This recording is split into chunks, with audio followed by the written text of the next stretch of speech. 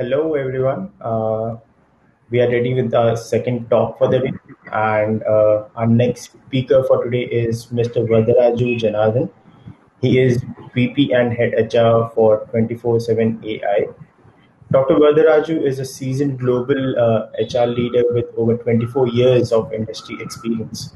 His work in human capital development spans large, structured, mature multinational corporations and global startups that are solving for scale.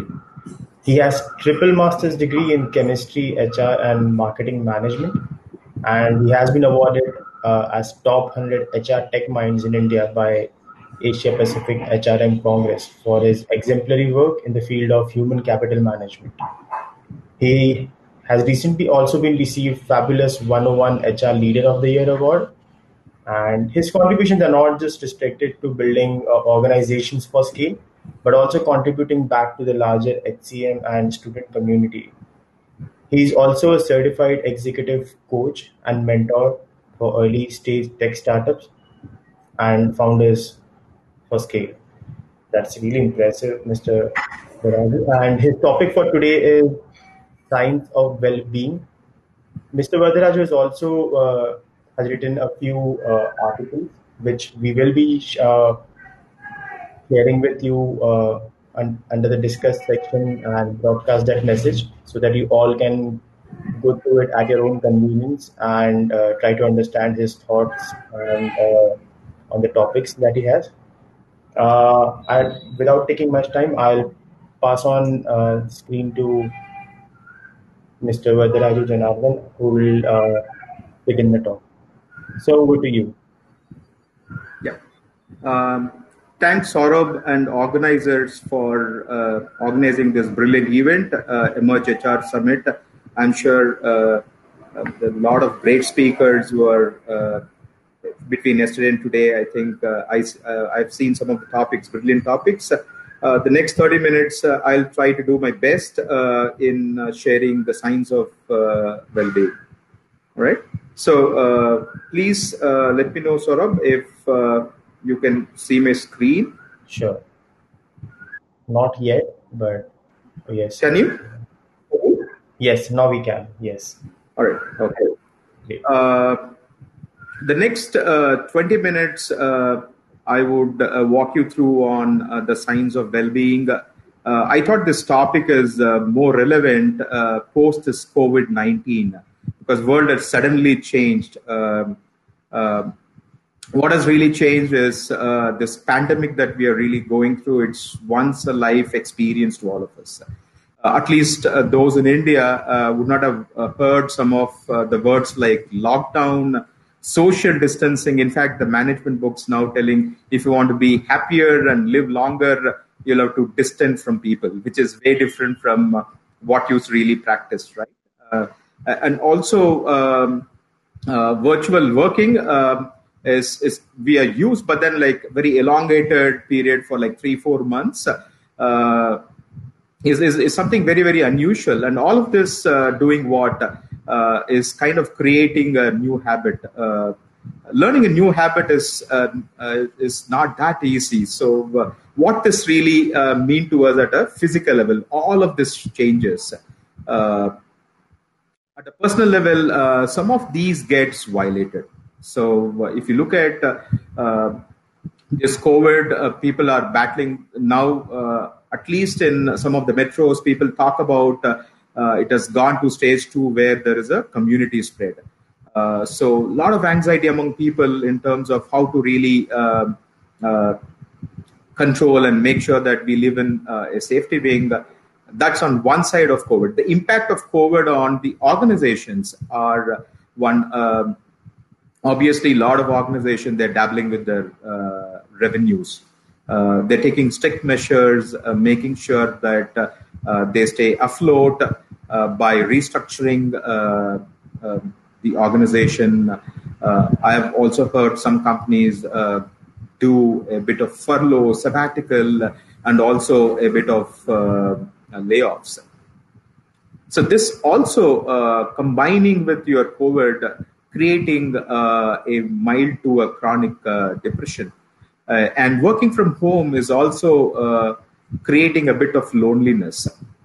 All of this, when you really put together, it kind of takes us to a point of, hey, what's going to be my future? The fear of future is kind of taking a toll on all of us, right? So keeping this context in mind, the COVID and its impact at a psychological level, how do we still kind of keep our composure calm and steady and make sure that there is an absolute balance of well-being? And that's what that I would like to dwell in the next 20 minutes, right? Before we really jump into our main section, there is a poll question, very interesting question. Saurabh, if you can just launch that. The question is, do you know, is physical pain and social pain, does it have the same impact in the brain or not? The answer is you can say yes or no. Are you launching, Saurabh? That yes, it has been launched. Request all the attendees to find the poll on the right-hand side where you see polls written. Just click on it and please cast your vote from there.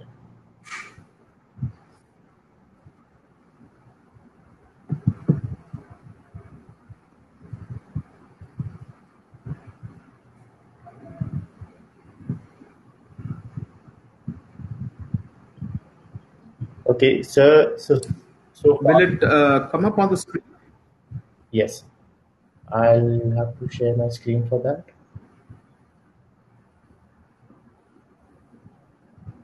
Okay, should I stop share? Yes. Okay, so that.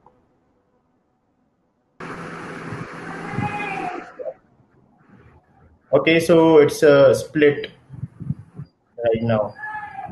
Oh, okay. 50% people know it and 50 don't. I mean, that's how the voting looks like so far. It's split between yes and no. And okay. You can get back to your presentation, sir. Okay, let me just share my screen again.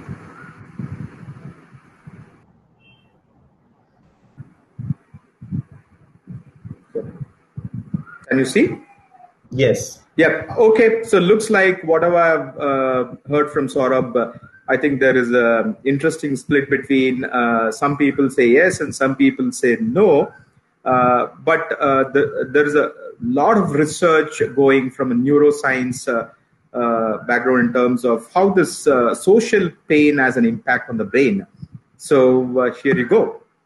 There is a brain scan which is done from fMRI, which is functional magnetic resonance imaging, which says whether the stress caused by feeling of social rejection or a physical pain, the stress levels are the same. If you just look at, there is a social pain, physical pain. There is a social pain, it impacts the same, I would say, the circuitries of the brain, and it has the same impact. So what does this really mean? In an organization, there is going to be a lot of, I would say, feeling of social rejection. There's not going to be physical pain, but people go through a lot of social pains within the team interaction or the way that they deal the day-to-day really task. So what that really mean? Any organization which has a high level of social pain, think about as a people manager, can you really engage effectively those employees? Can you actually get them their productivity 100%? Or for that matter, can you really retain them? So this is going to be a huge challenge. So, and therefore I just thought this is extremely important for us to understand whether it is caused by the feeling of social rejection or a physical pain, the stress levels which are kind of impacts the brain are the same, right? So with this, we can. I just want to take a little more, a deeper neuroscience evidence. How does the stress impacts the brain? All of us know that once the stress impacts, that we no longer have the our stature of composure. But then let's understand a bit of signs of stress. There is something called amygdala hijack. Let's take an example, okay? The one that you have, the diagram on the left, I will explain as we narrate the anecdote. Let's say in the morning, when you open your laptop and you see a nasty email landing your laptop. So moment you see that nasty email, there is a amygdala hijack that really happens. What is an amygdala hijack? Amygdala is a place where your emotional processing that really happens. So moment you see that email or hear somebody that people talking something which is not in favor of you, immediately the emotional processing that really happens. So let's say that let's stick to this email, the nasty email. In past, if you have received such emails from the same individual, then immediately this part of the brain that correlates the information and says that, hey, you know what, this is a distress signal. When there is a distress signal happens, this distress signal immediately pushes, the next step is it pushes to the command center of the brain called hypothalamus. Okay. So the hypothalamus is otherwise called as a command center, where it takes the complete control of what's next, right? So it takes a decision. If it is a distress signal, it takes a decision to pass that signal to rest of the body, which is called as HPA axis. H is hypothalamus, then it goes to pituitary and adrenal. This is an axis that has been formed, H, P, and A. So once this HPA axis is triggered, and this triggered within a millisecond, which most of the time people are not even aware of. When HPA axis is triggered, what it really means is your conscious part of your brain, which is your prefrontal cortex, where your thinking happens, it bypasses. It gets compromised. When that gets compromised, when this HPA axis gets triggered, it secretes the stress hormone called cortisol. Okay, so once cortisol is secreted, then what it really does? It pumps in a lot of your blood to your muscle, your legs and hands. Why? It takes us to a situation of fight, flight, freeze, or a faint kind of a situation. Either you want to really go aggressive and fight, or you flight, or freeze, or a faint. I can even give a different experience of day-to-day experience, Bangalore traffic, right? Let's say somebody comes in the behind and bumps on your car. So the immediate reaction you is, yes, the Bangalore traffic is bad. People don't have the driving sense. Then comes your HPA axis that gets triggered. The one cortisol comes, and then sometimes you have seen people in the road where they actually get into a quarrel, and it gets even worse. They get into a physical fight. That's where your fight, flight, freeze, or a faint kind of a situation goes through. And all of this happens without your conscious part of your brain, because your conscious part of your brain, your prefrontal cortex, is bypassed when your HPA axis is triggered. But then once it really settles down, then we actually repent, why did I really do all of this? So that's the science I just want to really put in front of you. So the most important element here is if brain goes through such a very complex kind of steps, which is actually not in control of you, how do we, the big question that we really have, can we really take control of situation even during stress? Because when you go through such scenarios, your social well-being gets violated. Your emotional part of the brain gets violated, right? So when it gets violated, I just want to introduce one more interesting concept to all of you. TPS is nothing but thoughts per second. When cortisol when it gets produced through the HPA axis, people go through a lot of emotions. People say even like mood swings, right? During anxiety, people go through mood swings. When they are frustrated, they go through mood swings. It's between your past and future. It goes like so high, then you actually forget on your present moment awareness. The present moment awareness is what would actually take your brain into your thinking part, which is your prefrontal cortex. So therefore, it's imperative for us to all the time take us to the center, be in center, and make sure that we don't kind of oscillate too heavy between past and future. So the big question that to ask to all of us is, can we maintain our composure during adversity? Is this a possibility, right? So the answer is a big yes. And this is the science of well-being model. So we just saw the science of stress, and now there is a science of a well-being model. So Viktor Franklin is a psychologist and a neurologist from Australia, and he's a Holocaust survivor. And he was imprisoned in the Nazi concentration camp during the Second World War, right? So during his imprisonment, he had gone through a lot of physical and emotional torture, if I can use that word. So he writes a beautiful book. I think all of you should really read. It's a great read. It's called as Man in Search of Meaning. So this basically gives a great explanation of, even if people go through a tremendous stress, how they can really tackle, right? So here's a model this great genius had really put in. Like, there is a stimulus, there is a space, there is response. He says between a stimulus and a response, there lies a space. In the space is our power to choose our response. And in our response lies the growth and our freedom. So this is the space that all of us should really recognize. We should not kind of react to stimulus. Instead, we should respond. And for that, what is important is we should recognize there is a space between stimulus and response, right?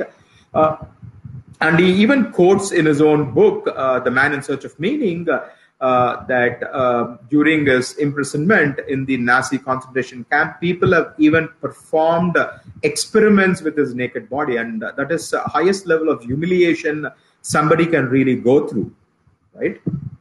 And even during such experiments, he thought, he thinks that he was delivering a lecture in his college, talking to students and giving them some insights on how to kind of keep the mind so healthy, right? So he says that you have choice to succumb to some of those humiliation, or you have choice to redirect your mind to what you think to be really productive, right? And I find this to be a profound tool for us to really practice. And I just thought it's important that I share this model with all of you. So before I jump to my conclusion, I just wanted to really reiterate this model. It's between stimulus and response, there lies a space. This space is called the freedom of choices. We have choices in life, and we should execute the choices what we want to, so that it has a complete control of situation. In summary, that I just want to really say, own your destiny, right? So you have choice either to succumb to stress or strive for healthier responses to the stress. I have an interesting anecdote to really share to you. The anecdote is a young psychologist want to do a research or do a study on people in the asylum. In the asylum, people generally go through this bipolar disorder, or they go through some kind of anxiety disorder with people. So this person wanted to really study why people go through that. So he gets into an asylum along with the in charge. This person goes to the first cell. In the first cell, he had seen a young lad facing himself to the wall, not responding to this young psychologist. And to his surprise, when he really noticed in the walls across, he had seen in the blood the name written called Pinky, Pinky, and Pinky. And he just asked this in charge who's next to him and asked, why did he really write all of this? The in charge said, you know what, this guy was mad in love with Pinky, but for some reason they couldn't really join and move on with their life.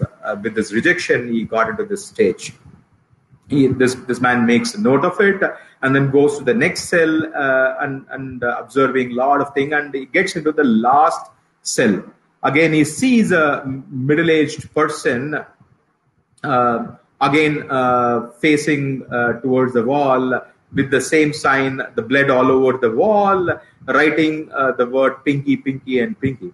So now the psychologist turns back to the in charge and said, hey, I know why he has written Pinky. Maybe he is also in love with Pinky and he couldn't really get his life started with the girl. And then the officer smiled and said, no, he married to Pinky. So if you just look at this anecdote, though it is a bit jovial, but there is a very deep insight in that. In life, we actually we get into the state of unhappiness or stress. Either we get what we want or we don't get what we really want. We don't know what we really want in life. So it's important that we as an individual do a bit of soul searching and understand what drives, what is very important element. The Viktor Frankl says what made him really survive this, that concentration cell is the purpose of life. So if all of us, we understand the purpose of life, I'm sure that we will handle the stress by healthier responses, by striving with the healthier responses, not succumbing to stress. Fear has a two meaning. So I've just given the expansion of fear. During amygdala hijack, the fear, those who succumb to fear, they do this, forget everything and they really run. Okay, it's more like a fight or a flight. But when you are in deep awareness, when you practice this, the choices of freedom between stimulus and response, when you have the deep awareness, the same fear that you will face boldly, face everything, and then you will rise up.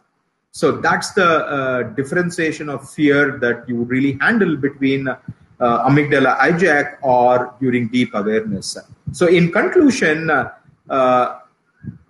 you have to really control the controllable, and the first controllable that you have is your choices, right, in life. And you have a choice. The choice is ours, whether to really take control of situation, control of our responses, or succumb to stress. Thank you so much.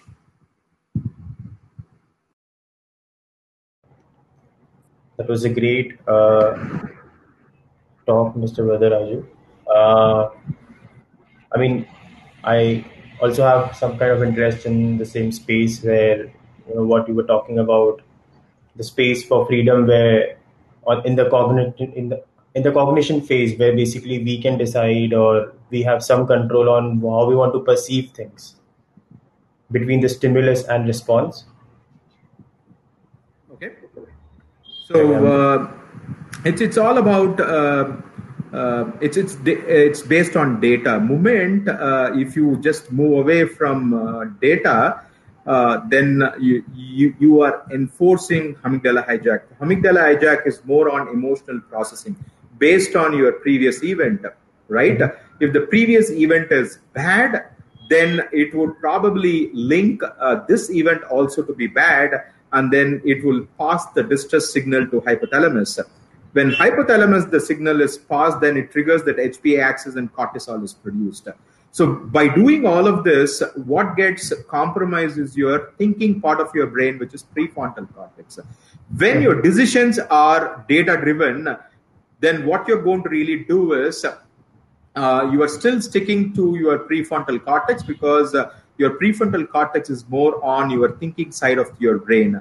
Yes. So when and therefore the decisions or the outcome or the responses that you're going to deliver will be more rational than becomes illogical.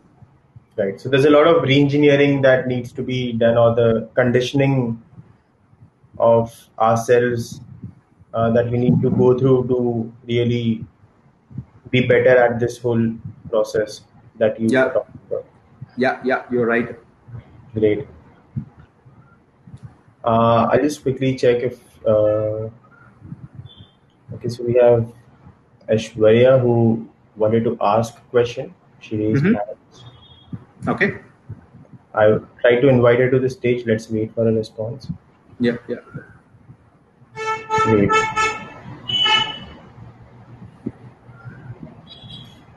Okay. Do we have any questions? Okay, so the question that we have, sir, is how do we train our mind to be more responsive, to respond rather than react? All right. So one, of course, we'll have to recognize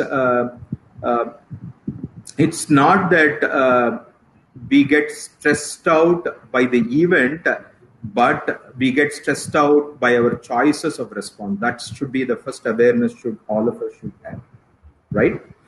In fact, Viktor Franklin said it's not the actual the condition or the environment of the camp, but our choices to respond to the camp is what had created a lot of stress. Okay, it's a profound truth. That's one. And number two is you'll have to train your brain in terms of how to consciously be aware when you are kind of impacted by a stimulus, especially creating, making sure that you try to react, not to really respond. In one of my articles, I have actually given a model which is called as a ramp model. The ramp, the expansion of that is R is you will have to first you should recognize there is a stress that is really coming through. So one is recognizing is the most important element, and A is your acknowledgement. You acknowledge that you are really going through. Moment you acknowledge that you are going through a phase which is not very good, that means you are almost taking 50% of control of your life. You recognize, you acknowledge, then N is something which I think we should all practice. I am not the mind. The mind is like a monkey. It goes to your past and future. The past is always a misery. So the biggest worry that all of us have is worrying about the worry. We kind of replay the worry again and again, and make it look so big. Make that ant of a worry look like an elephant, right? And then the last, so it's important that you recognize that you are not the mind, whereas you take control of situation. That's the, and the last is P is you need to continuously practice. So today the Eastern science taught us a lot of techniques for the techniques of your meditation. Being it's the Western science call it as mindfulness, but we call it as meditation. So sitting yourself, observing your thoughts would actually gain a lot of control within yourself. Yoga is another good practice, right? All of this kind of reduces your TPS, your thoughts per second, and take a complete control of the situation. Great. Does it answer? I mean, I believe that kind of answers the question to in a very elaborate manner. So on your right, do you see the discuss button on the screen? Okay. Can you just click on it? We have three more questions for you. Uh, Okay. Ramya is asking, how do we handle anxiety of employees? And then we have two more questions that you can take up. Okay, there is a very interesting question, Ramya. How do we handle anxiety? That's two parts, right? One is the individual by himself. The second, the environment which creates anxiety, right? Uh, so, so let me just touch the later part first, and then come to the employee himself or herself. Uh, so we as the leaders, the people leaders in the organization, or HR leaders in the organization, make sure that we provide a very conducive environment. Um, so there is again a brain science which I just want to put in front of you. Uh, the leaders, most of the time, they are very high on their cognitive abilities, problem solving. Um, versus you would just see that a lot of time you say, hey, you know what, sometimes leaders, they don't kind of relate to people at a social level. Their empathy quotient is less. It's nothing to really blame on them, because your cognitive ability and social skills are at two different circuitries of the brain. And interestingly, these circuits are inversely proportional. That's the brain science says, the research.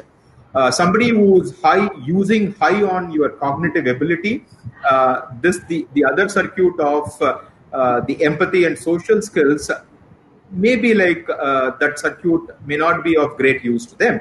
So now the big question is, how do we kind of invoke both the circuits and balance that? Borrowing from David Rock, I think he has written a book called Your Brain at Work.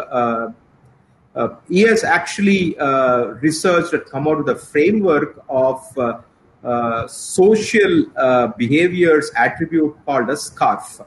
SCARF, called SCAR and F. S is called as social status, A is called as autonomy, R is called as relatedness, and F is fairness. The leaders of the organization, they should ensure that SCARF is always that they really practice. But the status, when I say, it's not your actual status, it's your social status in the organization. Let's say that I'm having a conversation with my team member.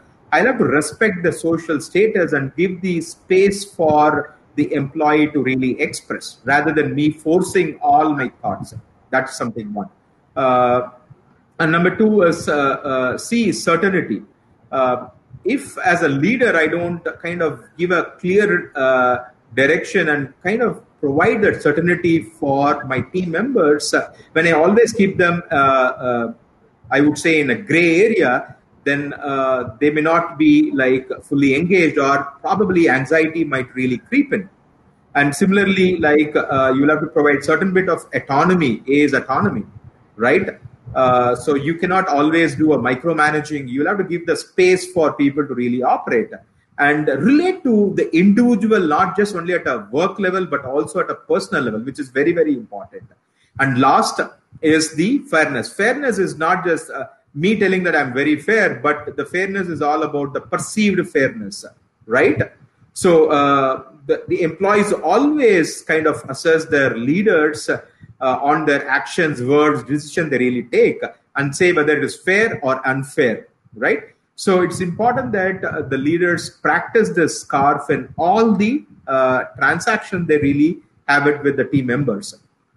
Let's say once we have this element frozen at a culture level, then at an employee level, so employee in an organization, their anxiety level in the organization stimuli would probably reduce a lot, because the environment becomes very conducive, and they start to celebrate the environment. Okay, so you are reducing the stimuli. The second with the employee, you'll have to, let's say that there is some stimuli which is really impacting outside of the work, then there have to be a lot of